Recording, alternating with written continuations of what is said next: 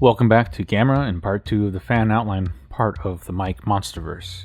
We start in the ocean where we left off, with Gamera being hit by Kong's thrown boulder. Gamera recovers and continues out in the sea. We pan to the Skull Island base, where Monarch are reporting the activity of the unknown titans coming out of the entranceway of the Inner Earth. Reports quickly go out to nearby bases to put on a potential hazard condition in the case the titans are spotted nearing big civilian centers. We enter a cinematic shot of Mount Fuji in Japan during the night. A small boy is outside with his grandpa fishing near their village. As workers are driving by to head down from a new highway being built. Overhead, as the grandfather's busy fixing his fishing rod, the grandson sees Gyos fly overhead. The boy is stunned. The cars behind him stop to a screeching halt as they witness Gyos burrow inward onto Mount Fuji. A luminescent light blinks from inside where Gyos burrows. The workers move out to report what they witnessed. The boy tries to tell his grandfather, but says it's his imagination running wild. Life returns to normal in the village the next day, though the little boy wondering how his grandfather didn't notice.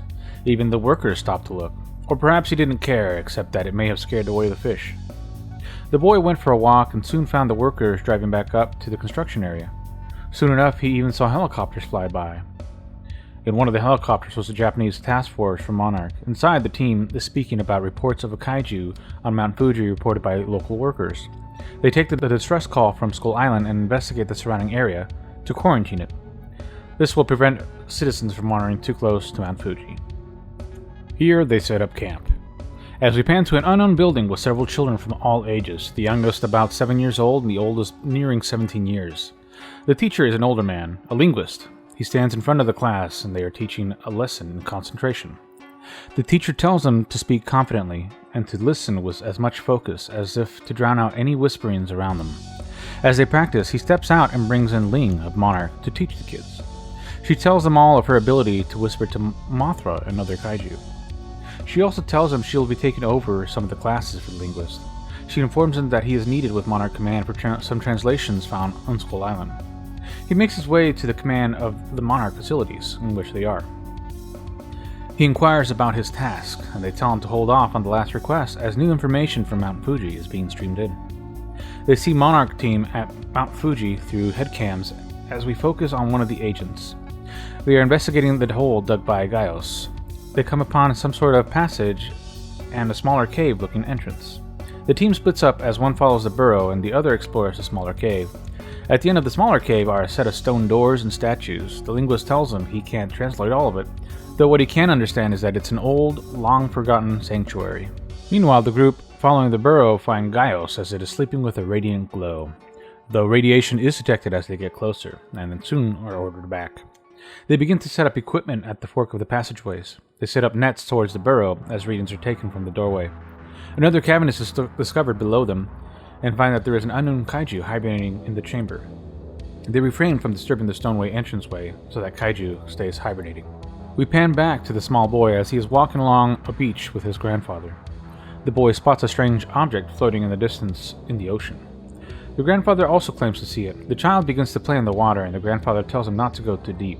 Unexpectedly, the earth begins to shake and the grandfather panics and tells the boy to hurry back.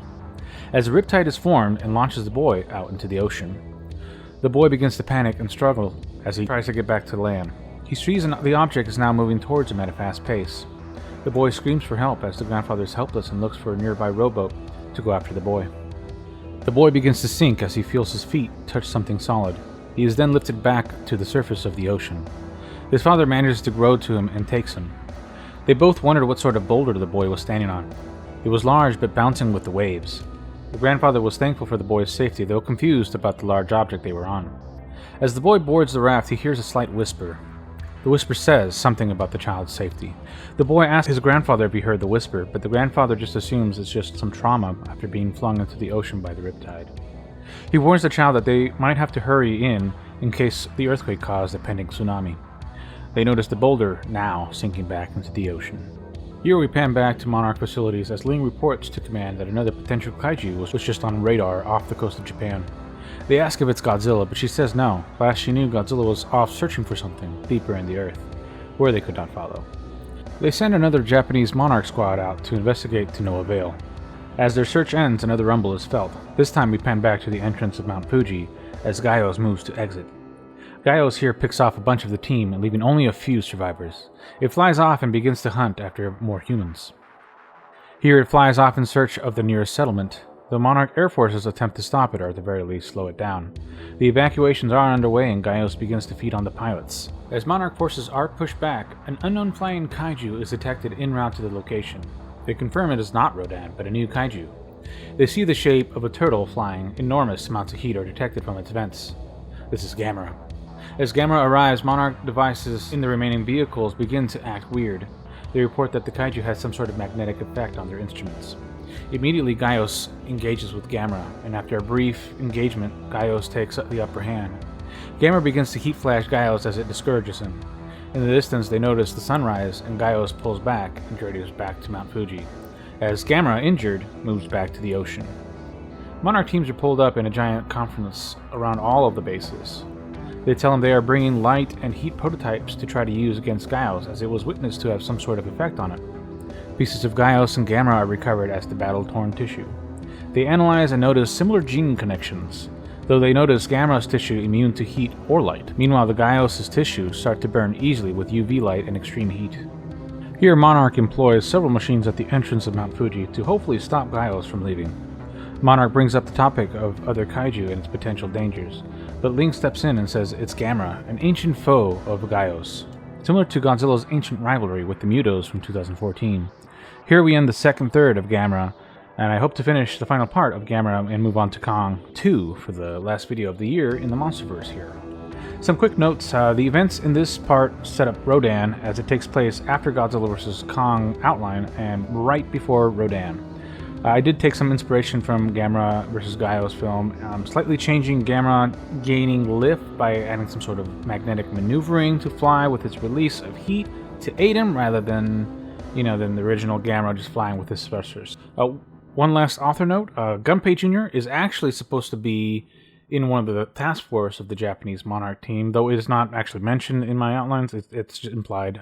You will see him more in Mothra, and he'll actually get more screen time there. And the linguist is actually Hank Marlowe's son, Marlowe Jr., and we'll see him more in Kong 2 as well. Do you guys like the direction so far? What are your current favorite things in Gamera? What would you add or change? And stay tuned for the final Gamera sometime this week. I hope you enjoy this. This is Mike G signing out.